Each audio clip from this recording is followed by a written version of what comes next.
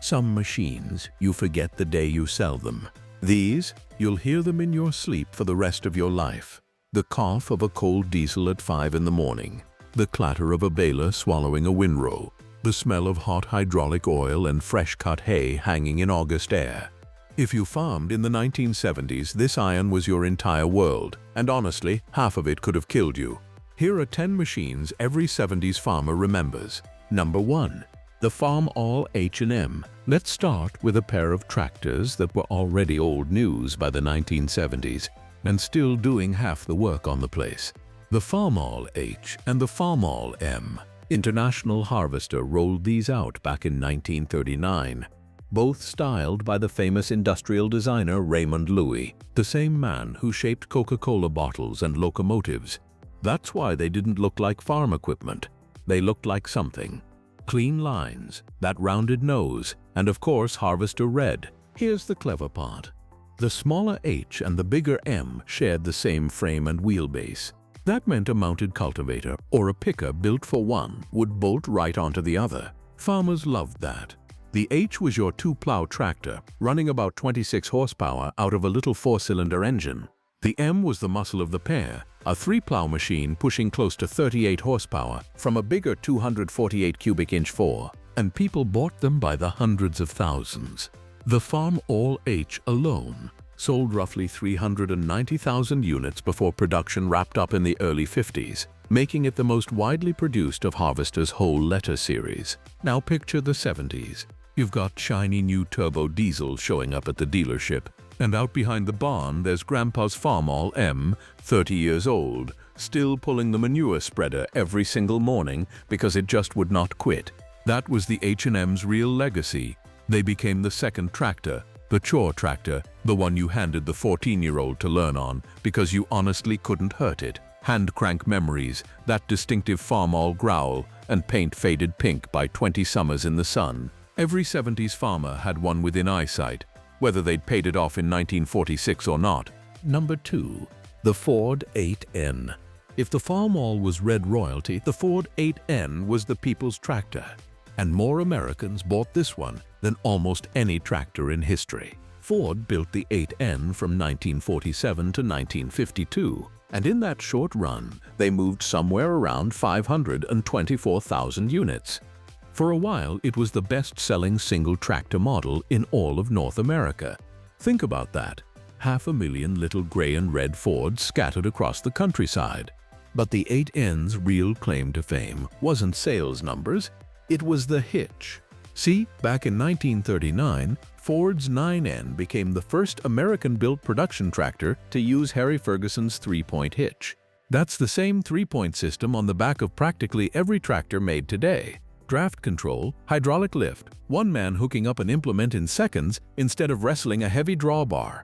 It changed farming. The whole thing came out of a handshake deal between Henry Ford and Harry Ferguson, a deal that later blew up into one of the ugliest lawsuits in farm history. The 8N improved on the earlier 9N and 2N with a 4-speed transmission instead of 3 speeds, plus a bit more power.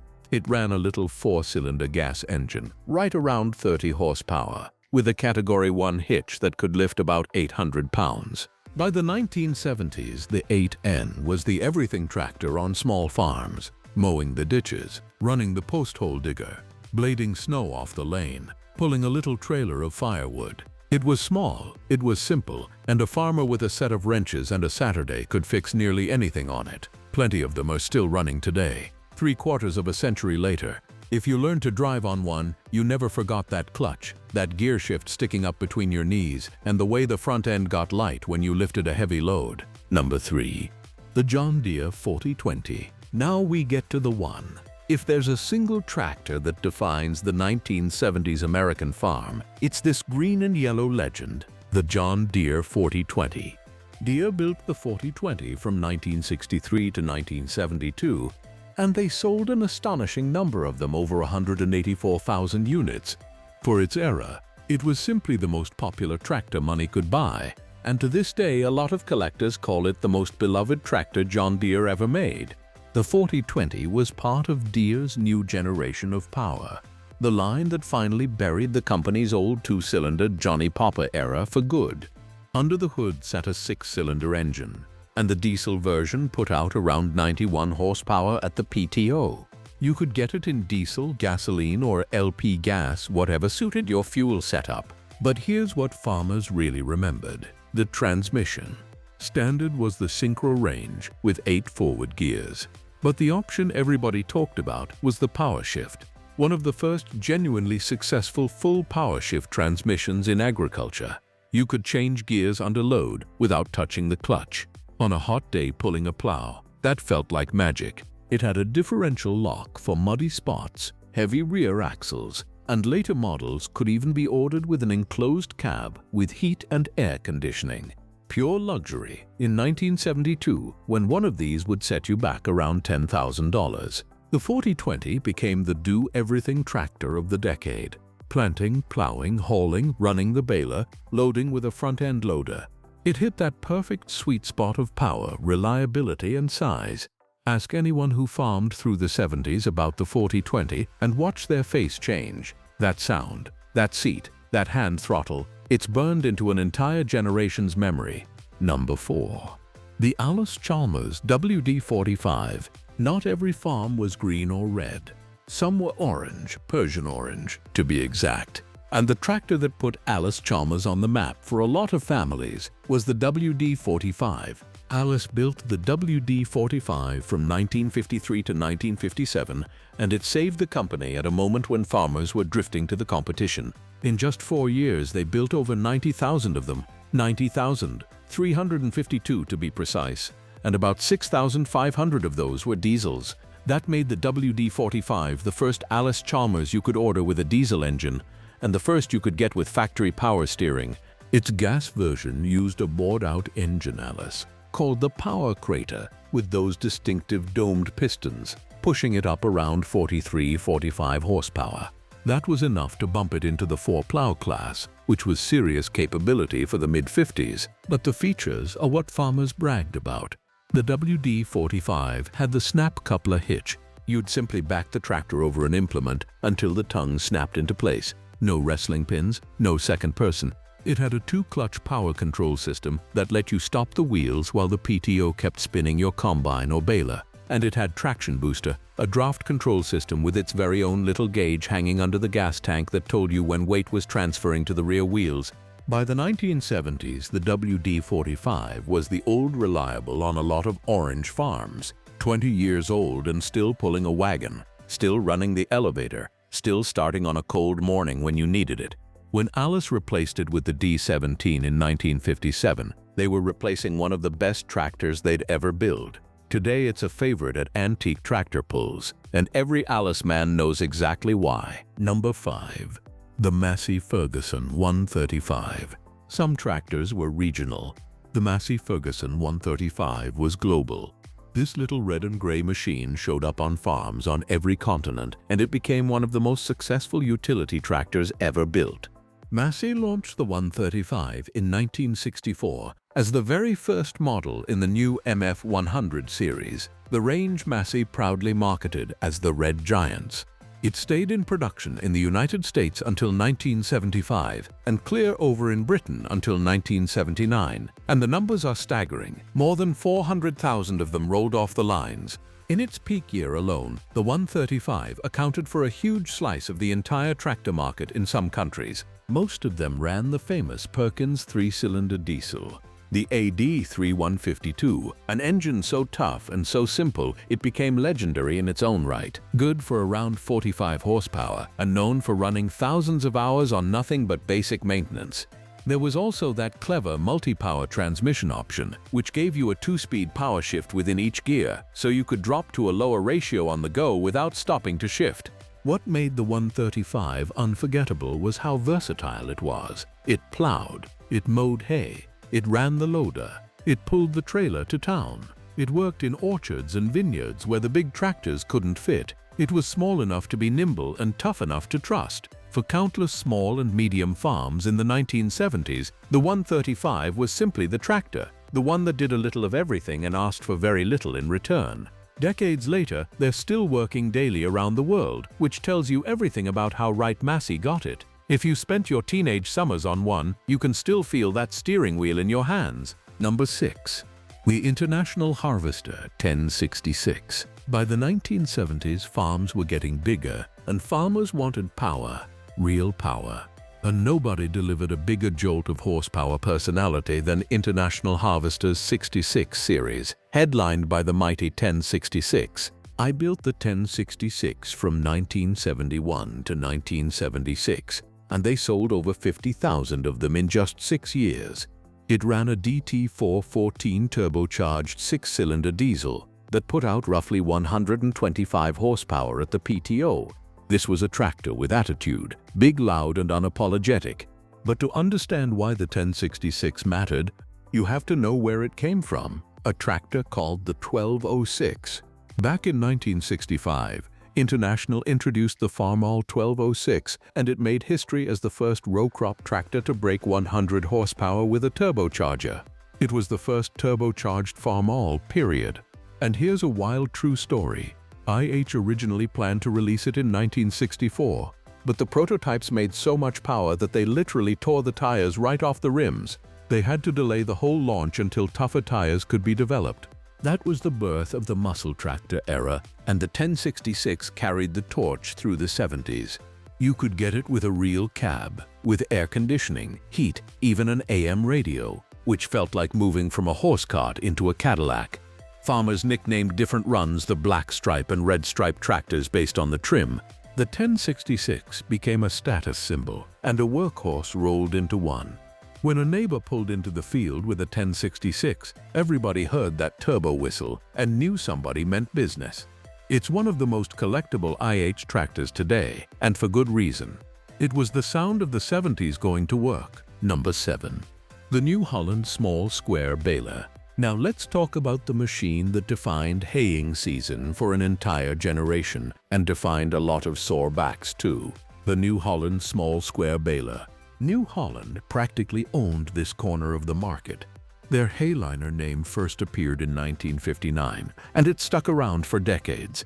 The classic Model 68 was built in the late 50s, and by the 1970s it had evolved into models like the 268 and 273 that you'd find working fields all summer long. Nobody sold more small square balers than New Holland, nobody even came close, and the reason was the knotter. Tying twine reliably, bale after bale, was the hardest problem in baler design, and New Holland cracked it better than anyone. Here's how it worked. The baler had an offset, side-mounted pickup that swung out to the right of the tractor, a design that let you actually see your windrow instead of driving over it. A power takeoff drive spun a heavy flywheel, and a plunger slammed back and forth, packing hay into that rectangular chamber. When the bale reached the right length, the knotters fired, tied 2 loops of twine, and out the chute it came, a tidy little bale weighing 40 or 50 pounds. And then the real work began. Because in the 70s, on most farms, somebody, usually a sweaty teenager, was riding the wagon behind that baler, catching bales and stacking them by hand in the hot sun. Bale after bale after bale. Chaff down your shirt, twine burns on your hands, and the whole thing racing the weather because rain was coming. That distinctive ka-chunk, ka-chunk rhythm of the plunger is the soundtrack of 1,000 summers. If you ever buck bales behind a New Holland, you remember every single ache. Number 8. The John Deere 6600 Combine. When the crop was finally ready, the whole year came down to one machine, the Combine. And in the 1970s, one of the most common sights rolling through the grain was the John Deere 6600. Deere introduced the 6600 in 1970 as part of its new generation line of combines, which also included the smaller 3300 and 4400 and the big 7700. And the 6600 quickly became the best seller of the bunch, the machine that hit the sweet spot for the mid-sized family grain farm. It stayed in production right through 1978. Now, self-propelled combines weren't new. Deere's very first, the Model 55, went all the way back to 1947. But the new generation machines brought real advances. The 6600 introduced the quick-attach header system, which let a farmer swap heads far more easily, pull off the grain platform, bolt on the corn head, and go from cutting wheat to picking corn without a full day of cursing. It ran a 404 cubic inch diesel, and it could be ordered with a real cab, so instead of eating dust for 12 hours, you sat behind glass. Think about what that machine actually did. In a single pass, it cut the standing crop, threshed the grain loose, separated it from the straw, cleaned it, and dumped it into a tank on top, then augered it into a waiting wagon.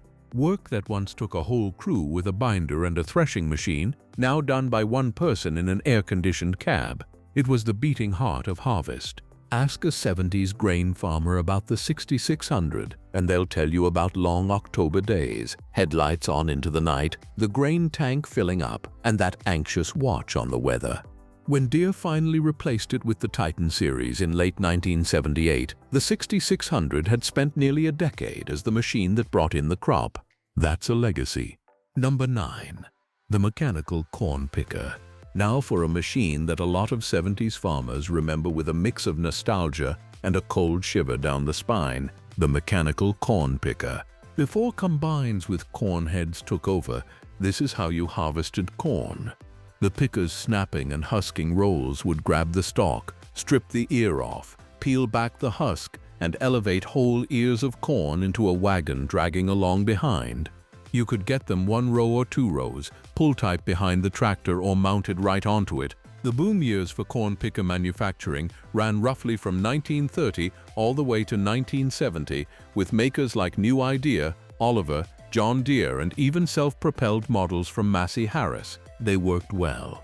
But here's the hard truth. The corn picker is very likely responsible for more serious injuries than any other implement in farming history. And the reason was heartbreakingly simple. When the rolls got plugged with wet stalks, farmers would reach in to clear the jam, sometimes without shutting the machine off, because stopping and restarting cost precious time in a race against the weather. Those rolls could grab a hand and pull an arm in before a person could even react. Whole rural counties had their one-armed farmers, real people, real losses. It's why an old-timer will still tell you with total seriousness to shut the PTO off before you ever step down off that tractor. Mounted pickers had other headaches too. Bolting one onto a tractor could eat an entire day of knuckle-busting labor. And dry stock trash, building up around a hot engine, started more than a few field fires. By the 1970s, the corn picker was on its way out, replaced by combines that shelled corn right in the field.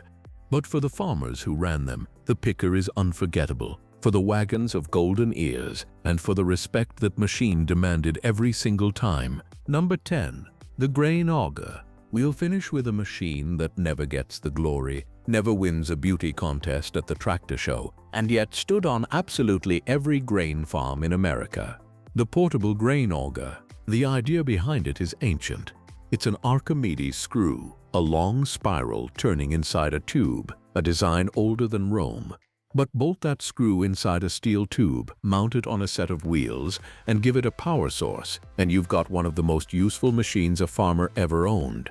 Pour grain in the bottom hopper, and the spinning flighting carries it up and out the top, into a bin, into a granary, into a wagon or a truck, before the auger became common in the mid-20th century. Moving grain meant a scoop shovel, a strong back, and a whole lot of sweat.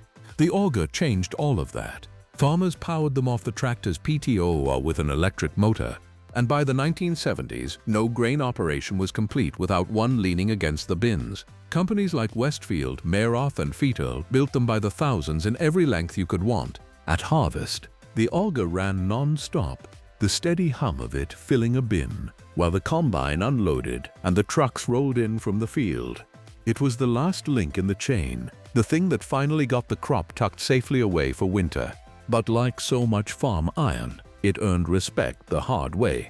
That open intake could grab a pant leg or a boot in an instant, and raising a tall auger near overhead power lines caused real tragedies. Every farmer learned to walk wide around a running auger. It's not glamorous. But if you farmed grain in the 70s, that rattling, humming auger is stitched right into the memory of every harvest you ever brought in. Which of these did you run? What's the one machine I left off this list that your family swore by? Drop it in the comments, and if this brought back a memory or two, that's the best thanks a video like this could get.